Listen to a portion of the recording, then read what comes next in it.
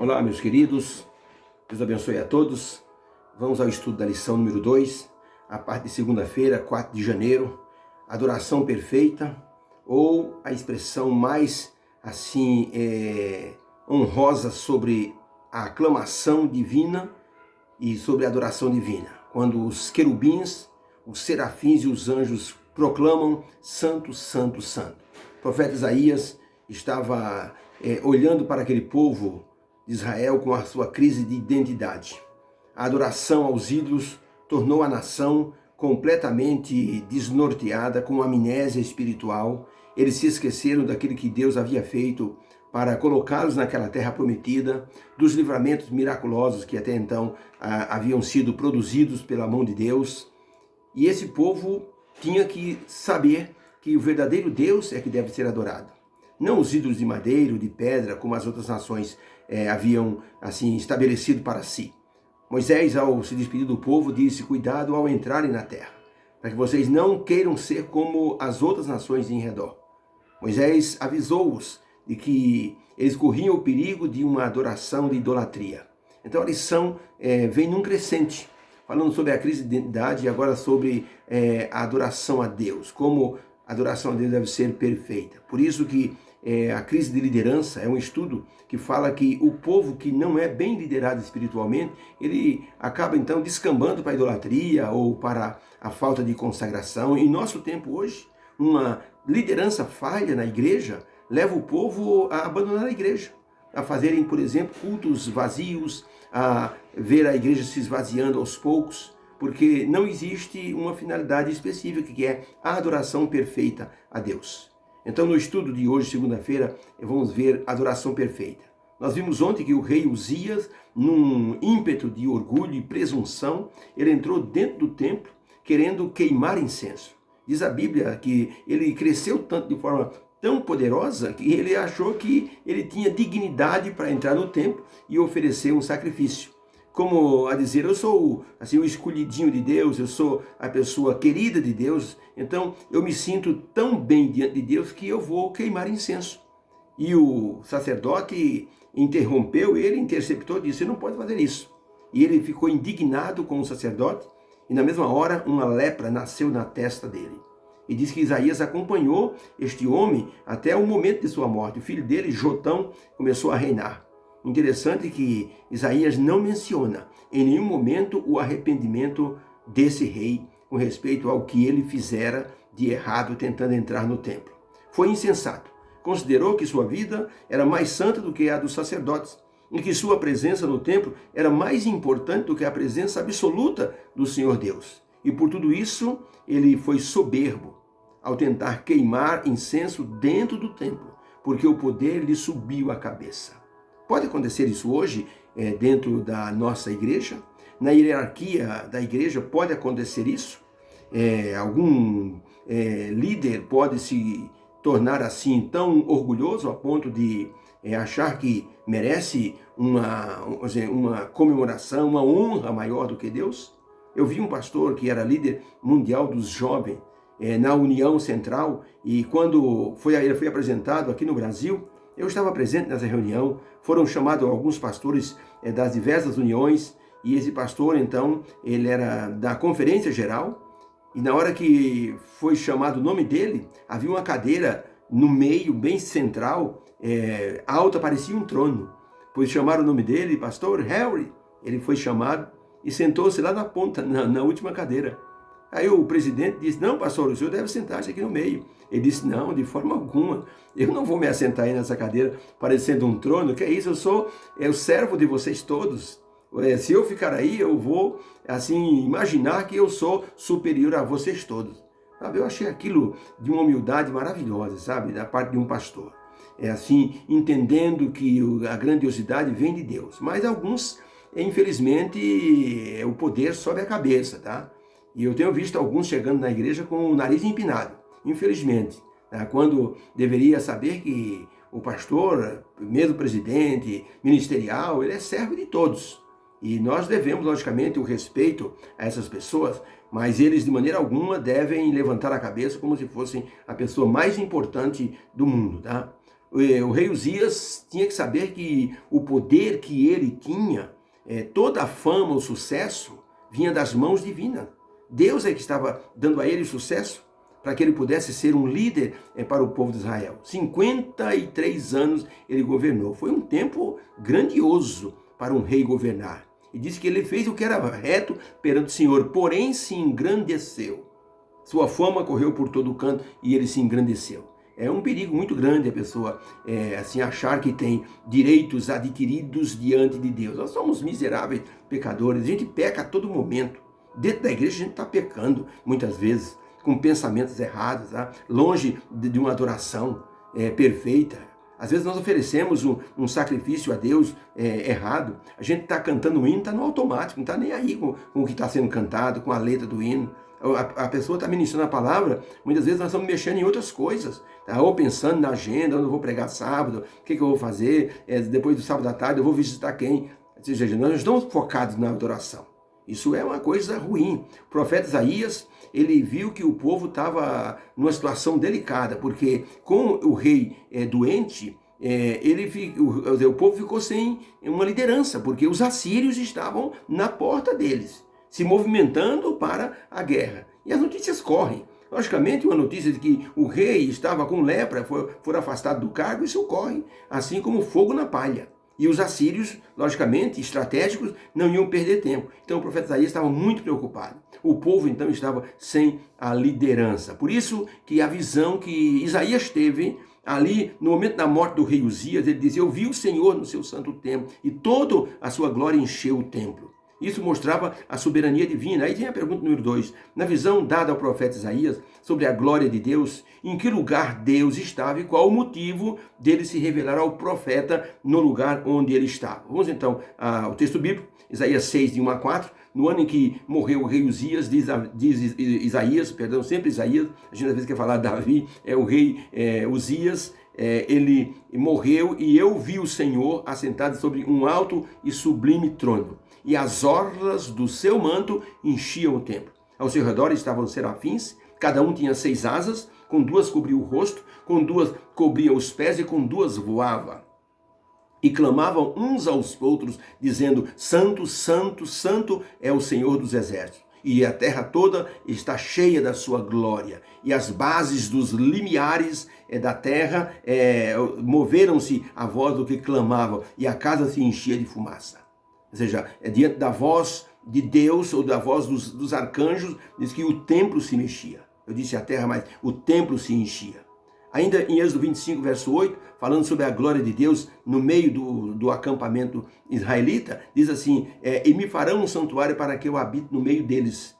Deus falando para Moisés: Moisés, eu vou te dar as medidas do santuário, e me farão um santuário para que eu habite no meio deles. Olha só, o Deus Santíssimo habitando no meio do arraial de Israel. Êxodo 40, 34 diz assim: então a nuvem cobriu a tenda da revelação, e a glória do Senhor encheu o tabernáculo. Era algo espetacular. Quando Deus se revelava a Moisés no Monte Sinai, o monte tremia. O povo olhava aquilo e o povo estremecia de medo, porque era a glória de Deus. Agora Deus diz assim: eu quero estar no meio do povo, me faça um tabernáculo. Ele diz que quando a nuvem, quando Deus ele entrava no tabernáculo, diz que a glória enchia a tenda da revelação e a glória do Senhor enchia o tabernáculo. Então, para a pergunta onde Deus estava e por que se revelou ao profeta Isaías, a resposta é: durante a visão, o Senhor Deus estava no seu trono dentro do templo, porque era onde Deus habitava.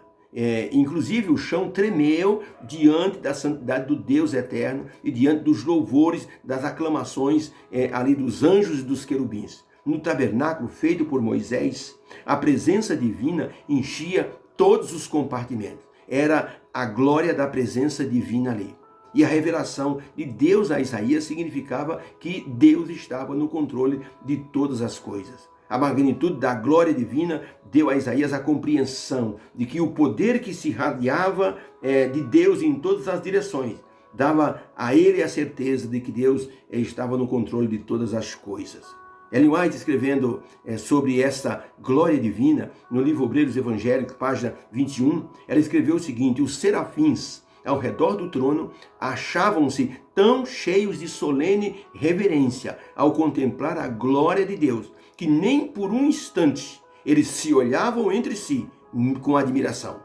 Seu louvor era para o Senhor dos exércitos. Ao contemplarem o futuro, quando toda a terra será cheia de sua glória, o triunfante cântico ecoa de um a outro em melodioso acento, dizendo: Santo, Santo, Santo é o Senhor dos exércitos. Olha que visão Ellen White teve a respeito da santidade divina e de como os anjos assim têm um cuidado de honrar a Deus e de louvar de forma plena. Quão solene é a forma que os anjos perfeitos, em santa excelência, transformam a adoração a Deus em um ritual de perfeita adoração. Essa visão da glória, da santidade divina, nos mostra como devemos nos comportar hoje diante do nosso Deus. As pessoas não têm muita reverência com Deus, não. As pessoas dentro da igreja mascam um chiclete, as pessoas conversam, as pessoas mexem na bolsa, mexem no celular, as pessoas não têm respeito com a palavra, as pessoas assim dão risadinhas. Então é preciso ter consciência de que a presença divina é santa. A não ser que a pessoa não entenda, Deus não está aqui, isso aqui é só uma igreja, só um culto qualquer aqui, esse pregador aí nem fala direito. Então a pessoa pode ter essa ideia de vulgaridade e então transforma o culto numa situação, num encontro vulgar. William Temple, ele escreveu o seguinte, teólogo escreveu o seguinte: adorar é despertar a consciência pela santidade de Deus.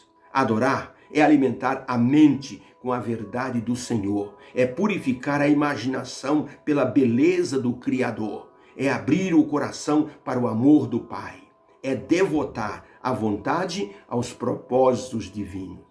Nós precisamos aprender muito sobre adoração a Deus. Quando Pompeu, o general Pompeu, grande general romano, ele estava numa luta contra o rei Mitrídates, no ano 63. O rei Mitrídates e mais alguns aliados tentaram dominar Roma.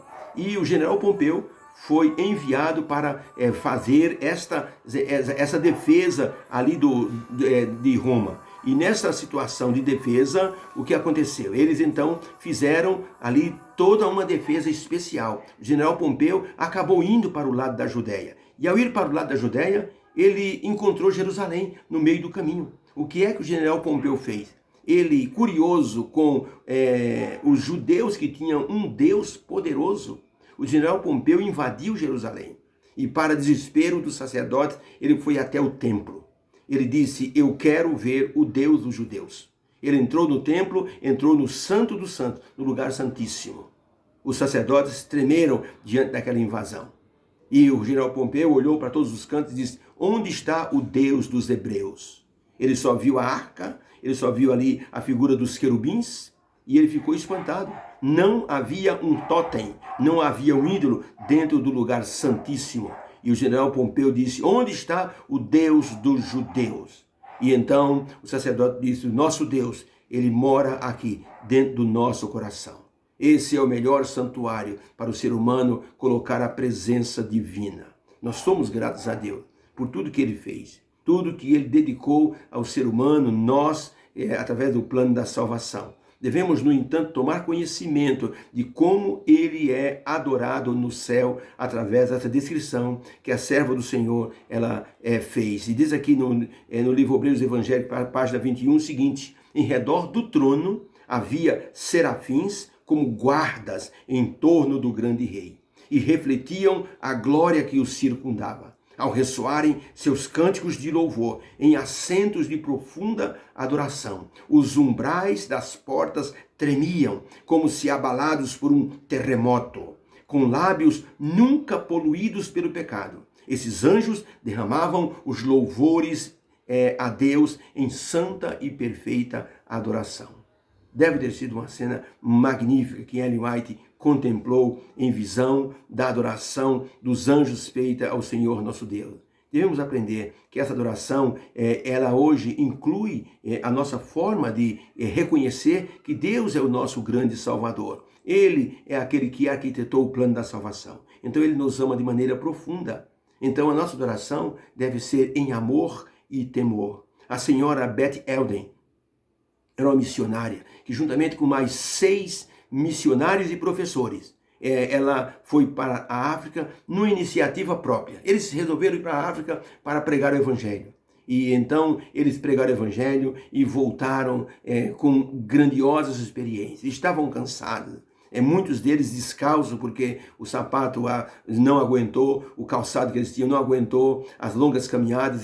Muitos deles voltaram para a missão descalços, com os pés feridos de andar no chão pedregoso, mas estavam numa alegria assim inumerável dentro do coração. Eles diziam o seguinte: Deus fez grandes coisas. E passaram a citar que, enquanto eles pregavam, multidões daqueles nativos vinham ouvir a palavra de Deus. Aprenderam a louvar a Deus, aprenderam a cantar, aprenderam inclusive a orar a Deus. E diz que em diversos pontos, aqueles nativos, compreendendo o amor de Deus, eles resolveram adorar agora o grande Deus. Fizeram uma grande fogueira em muitos pontos e foram jogando nessas fogueiras os seus fetiches, os seus ídolos, aqueles talismãs, mechas de pelos de animais, pedras estranhas, cabeça de animais empalhadas que eles adoravam. Jogaram tudo e a chama consumiu tudo aquilo. E depois dessa cerimônia, eles batiam palmas e cantavam um hino de louvor a Deus. Os missionários disseram: nós choramos muitas vezes, vendo aquele povo entendendo a soberania divina, eles aclamando Deus como seu grandioso Deus agora. Eles louvavam a Deus e eles devotavam agora a adoração perfeita a Deus. O ser humano não é perfeito. Então, quando nós dizemos adoração perfeita a Deus, é o que nós sabemos fazer. O Espírito Santo nos dá a compreensão da grandeza divina. E nessa compreensão, nós devotamos a Deus a nossa adoração.